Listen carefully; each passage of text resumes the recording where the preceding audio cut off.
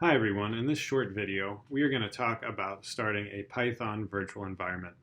Perhaps the best resource for Python virtual environments is this wonderful website docs.python.org/3/tutorial/venv.html. Always make sure you're on the right page for documentation inside of Python, and go ahead and read this down. There are some great tips here, a step-by-step introduction to exactly what I am doing for you here today. So whenever we're starting a Python project, one of the best practices we can use is to create a virtual environment. A virtual environment for Python is just an isolated directory where there is an isolated Python executable and associated tools like pip or easy install.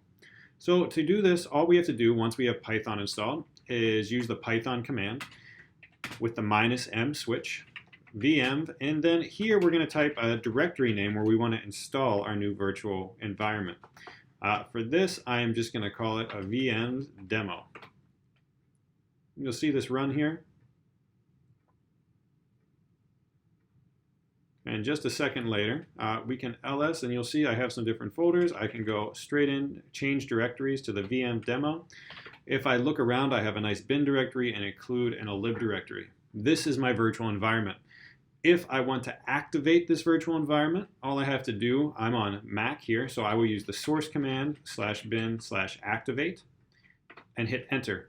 You'll see I'm now in this environment. If I see the Python version, we will have this. And now I can install individual packages that I'm going to use. If I want to leave this environment, all I have to do is type deactivate and hit enter.